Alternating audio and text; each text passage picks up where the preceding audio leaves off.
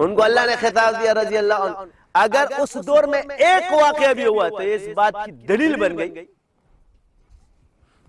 کہ اس چیز کی اہمیت ہے.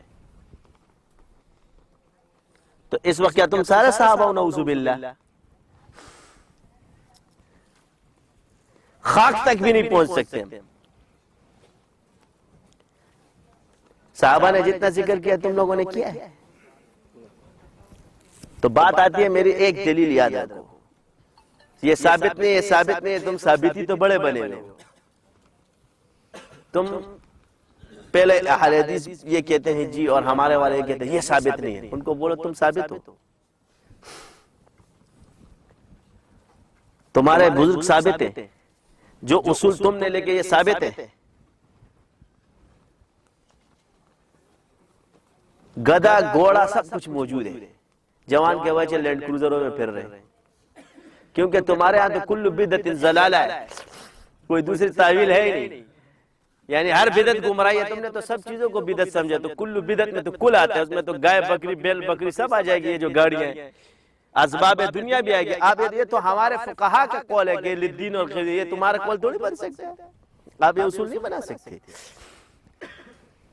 جو کل کے معنی میں لے رہا ہے ہر چیز کو, تو اس میں پھر ہر چیز آئے گی. اور اگر وہ کل سے مراد وہ دین لے رہا ہے جس کو حضور نے فرمایا خیر کا دور, اس کو, یعنی یہ کل ایک کل ہوتا ہے نا, آپ کی کل رقم کتنی بنی, تو آپ علیہ السلام نے خیر کا دور کس کو کہا, وہ کل دور کتنا ہے. تو فرمایا میرا دور, پھر صحابہ کا, پھر تابعین کا, پھر تبع تابعین. اس کو کیا دور کا,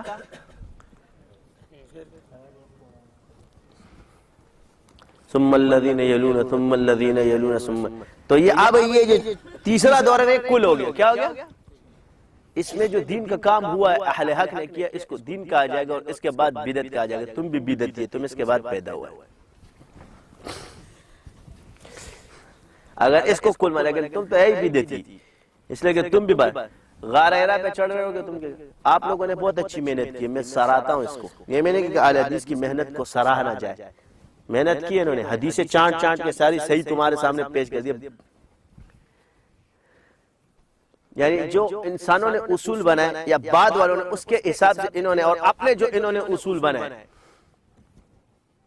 تو اس کے حساب سے جو ہے صحیح صحیح حدیثیں انہوں نے لکھ لی. اب جو ہے نا جو اور وہ کرتے کہ یہ حدیثیں ہی نہیں ہیں, تو انکار حدیث نہیں ہے. آپ کے پاس یقینی خبر ہے کہ یہ حدیث نہیں ہے. آپ بھی تو انسان کے قول پر عمل کر رہے ہو. جو اصول انسانوں نے بنایا اس میں, یہ تو کسی اصول نے تو نہیں بنایا, کوئی قرآن میں تو نہیں ہے یہ. اس پر آپ یقینی فیصلہ کس طرح کرتے ہو. تو اب آ جاؤ ہمارا تصوف, جس کا تم انکار کر کے دبا دب. جن بزرگوں پر حال گزرے ہیں, جن بزرگوں پر حال گزرے ہیں, تو صاحب آل مرفوع القلم ہوتا ہے, اس پر فتویٰ نہیں لگتا. کیا ہوتا ہے, حکم اس آدمی پر لگے گا جو ہوش اور حواس میں ہو. باقی میرے کوئی عقائد نہیں, جن بزرگوں نے جس طرح باتیں حال میں آ کر کہی تو یہ میرا عقیدہ نہیں ہے, نہ میرا اس پر عمل ہے. ہاں تعویلاً ان کے اقوال پیش کرتا ہوں کہ جہاں بھی قول کی تعویل ہوتی ہے اس کو اسلام سے خارج نہیں کر سکتے آپ.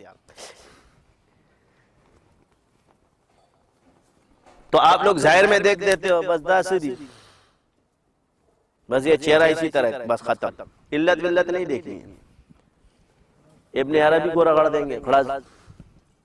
اچھا جہاں لکھتے ہو اس کی پوری کتاب میں کہیں سے ایک چیز اٹھا لی, باقی پوری کتاب دیکھو کہ ہاں یہ پوری کتاب میں گمراہی ہے, تو پھر ایک اصول یہ بھی بنتا ہے کہ کثرت کیا ہے اور قلت کیا ہے.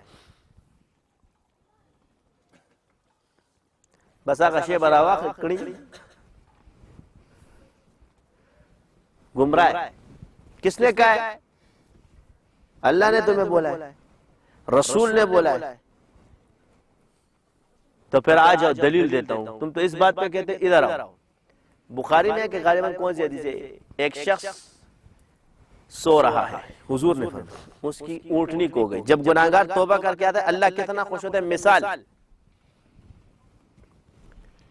سو رہا تھا اور اس کی اونٹنی کھو گئی، اب صحرا ہے، موت یقینی ہے اور زندگی اب گئی، اس میں دوبارہ بیچارہ سو جاتے ہیں اور اس میں دیکھتے ہیں کہ اونٹنی اس کے پاس کھڑی ہے، تو اٹھ کر کیا کہتا ہے،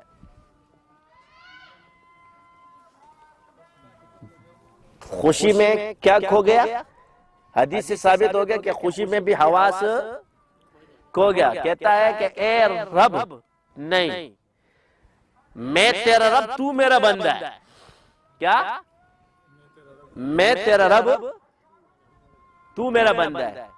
تو اگر ابن عربی نے بھی کوئی قول اس طرح لکھ لیا تو اس پر محمول ہوگا کہ اس نے حال میں آ کر لکھا ہے، فتویٰ اس پر نہیں لگے گا، لیکن اس کی جو باقی صحیح بات ہے اس کا انکار نہیں کیا جا سکتا۔ جیسے آج کل تم بھی کفر پہ کفر بکے جا رہے ہو، ہے تم لوگ بھی اپنے آپ کو کافر سمجھو ایک لحاظ سے کہ تم پہ بھی فتویٰ لگتا ہے قرآن کے حکم سے، لَقَدْ كَانَ لَكُمْ فِي رَسُولِ اللَّهِ أُسْوَةٌ حَسَنَةٌ۔ غار حرام میں پہلی وحی نازل ہوئی تو جہاں قرآن کی وحی نازل ہوئی وہاں پر چڑھنا کس دلیل سے؟ بدعت اور شرک ہوا۔ جہاں نبی کے قدم پڑے ہو تم اس کو شرک کہتے ہو، بدعت کہتے ہو۔ یہ جو سنت کی تقسیم ہے یہ پہلے ثابت کراؤ کہ یہ بدنی سنت ہے اور یہ دینی سنت ہے۔ اللہ تو رسول صلی اللہ علیہ وسلم کی پوری زندگی کو نمونہ فرما رہے ہیں، کیا جس کو فرمایا ہے؟ تو صوفیہ کا قول قوی ہے، تمہارا قول قوی ہے۔ میں صوفیوں کا نمائندہ اس لیے بول رہا ہوں، اس دور کا نمائندہ سید نورزمان نقشبندی شاذلی۔ علم بھی بتا رہا ہوں ہے کہ نہیں ہے، ہم نے کتابیں نہیں پڑھی ہے، اللہ نے دیا ہے تصوف کے ذریعے دیا ہے۔ علی حجویری رحمۃ اللہ علیہ فرماتے ہیں صوفی کا عالم ہونا ثابت ہے مگر کسی عالم کا صوفی ہونا، اس سے اصطلاحی عالم جو تم لوگ درس نظامی سے فارغ ہوتے ہو، اگر اب تم کہو گے کہ جی ہمارے اکابرین تو سنو، ہر بڑا بزرگ کسی ولی کا مرید رہا ہے، امام سے لے کے نیچے تک ان کو درجہ اللہ نے تصوف کی برکت سے دیا ہے۔ امام ابو حنیفہ نے امام جعفر صادق کی صحبت اختیار کی، اب دلیلاً سند ہے ان کی سند تصوف میں اور ان کے فقہ میں۔ امام احمد بن حنبل بشر حافی کے پاس جاتے تھے، امام غزالی مرید بنے، امام رازی مرید بنے، اور جو مرید نہیں بنے ان کی شدت بنی۔ ہمارے اکابرین کس کے مرید بنے؟ صوفی کے، اور آج بھی جو بلندی پر ہے وہ کسی صوفی کا مرید ضرور ہے یا خلیفہ، یہ دونوں ہیں۔ تم لوگوں نے کہا صوفی کے پاکی باہر ہے کا،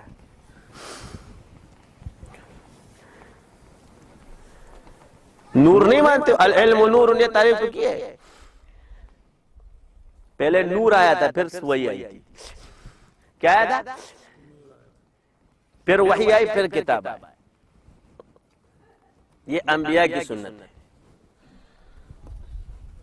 تو پہلا درجہ کیا ہوا؟ تو آج تو پھر تم بھی اس اصول سے، جس نے قرآن کا انکار کیا کیا ہوا؟ مسلمان کافر ہے، اس نے کفر کیا کہ نہیں کیا؟ تو اقرأ بسم ربک الذی خلق، خلق الانسان من علق، یہ آیت کا نازل ہوئی۔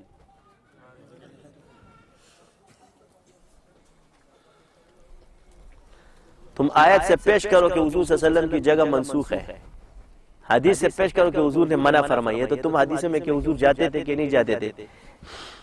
تو آپ علیہ السلام نے تو محنت کی ہے نا،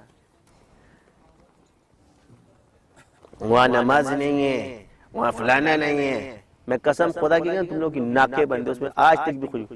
ایک وہاں گیا خانہ کعبہ میں بیٹھا ہوا، اس نے مسئلے میں کہا کہ شہید کے خون کی میں نے خوشبو سنی کہ خون کہاں سے؟ کہہ رہے لوگ جو ہے نا یہاں پہ عطر ڈال دیتے، کیا ڈال دیتے؟ یہ خوشبو وشبو نہیں آتی ہے، منکرین کرامات ہے آج کل، یہ کفر نہیں ہے۔ تو چلو سنو میں تمہیں کرامات قرآن سے ثابت کراتا ہوں۔ آصف بن برقیہ نبی تھا یا ولی تھا؟ کیا تھا؟ کون ہے نا نبی نہ ولی؟ کس نے بول؟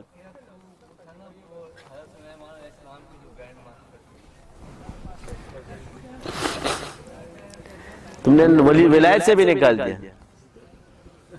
کس نے آپ کو بتایا؟ نبی کا جو قریبی ہوتا ہے اس کو صحابی بولتے ہیں، چاہے وہ جن ہو چاہے انسان ہو، دونوں کی صحابیت ثابت ہو جاتی ہے اس حساب سے. حواری نے جو نبی کی صحبت میں رہتا ہے وہ ولی ہوتا ہے. ایسے ولی تھا، کیا تھا؟ ولی تھا. تخت وہ لے کر آیا تھا کہ نہیں لایا؟ کیا سلیمان علیہ السلام نہیں لا سکتے تھے؟ تو اللہ تعالیٰ کو پتا تھا تم منکرین کرامت پیدا ہو گئے، تو نبیوں کا کام ہے، اللہ نے ولیوں سے کرا. ہوا. دوسرا آ جاؤ، حضرت زکریا علیہ السلام کے پاس پھل آئے تھے حضرت مریم کے پاس، تو حضرت مریم ولیہ تھی یا نبیہ تھی؟ ولیہ تھی نا. تو پھل کس کے پاس آئے؟ ولیہ کے پاس آئے. ذوالقرنین علیہ السلام نبی تھے، ولی تھے. لقمان علیہ السلام نبی تھے، ولی تھے. یہ جتنے تصرفات ثابت ہے اولیاء کے قرآن سے ثابت ہے. ابھی آ رہے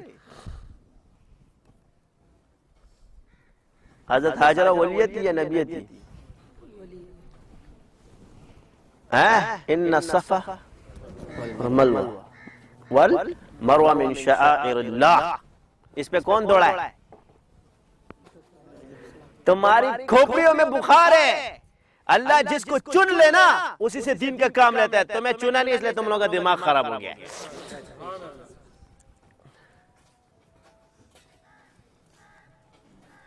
اس کے علم میں یہ دین ہے، تمہارے ہاں ثابت ہو یا نہ ہو. تاسو اسی ثابتیان گرزے، یہ قرآن سے ثابت ہے.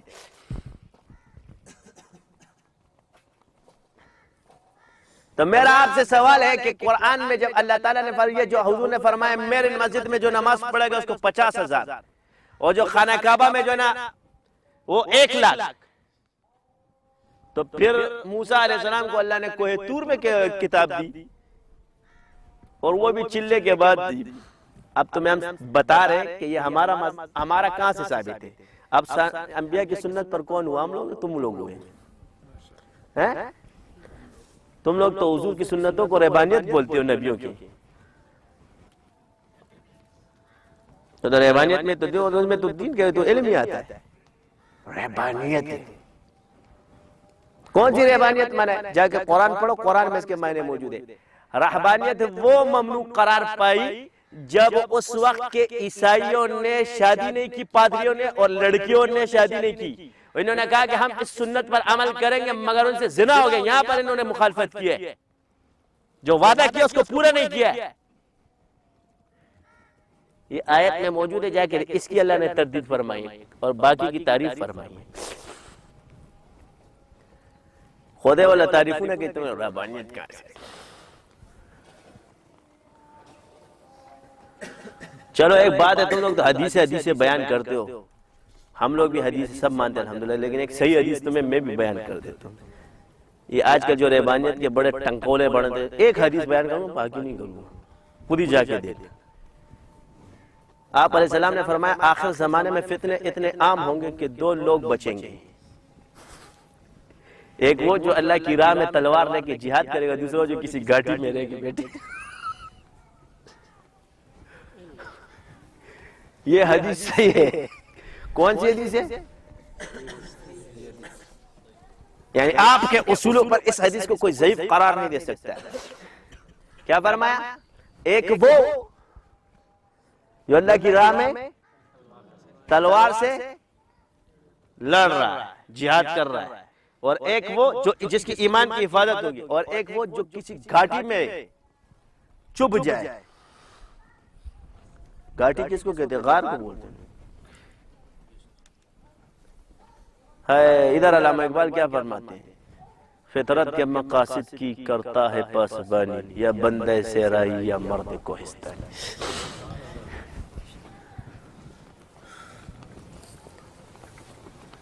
تو ایک علم ظاہر ہے اور ایک علم باطن ہے. تو اب میرا آپ سے سوال ہے، یہ جاز تم لوگوں نے پیدا کیا یا اللہ نے پیدا کیا ہے؟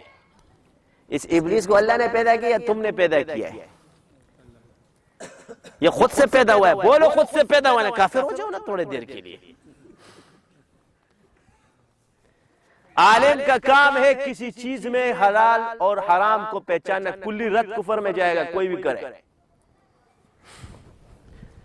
شراب اللہ نے حرام کرا دی، اس میں بھی اللہ نے فوائد بیان کیے، قرآن کے اندر ہے.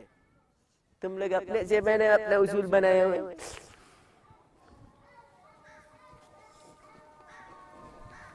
اب میں یہ بھی ثابت کرتا ہوں کہ حلال اور حرام پہچاننا، جو اللہ نے حرام حلال پیدا کیا، اس کو کوئی حرام کہے گا تو تمہارے لیے جائز ہے. تو قرآن کی آیت پڑھو جا کے، لما تحرموا ما حرم اللہ.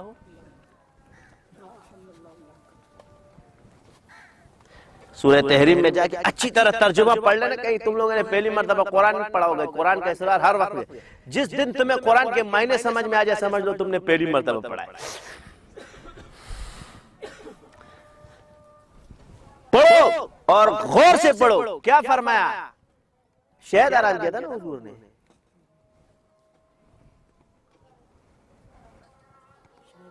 تو اللہ تعالیٰ کیا وہ حلال تھا. 3 روزے رکھوائے. دوسرا اصول قرآن سے ثابت ہے. اے نبی، اگر آپ ان کی خواہشات کی اتباع کرو گے تو ظالمین میں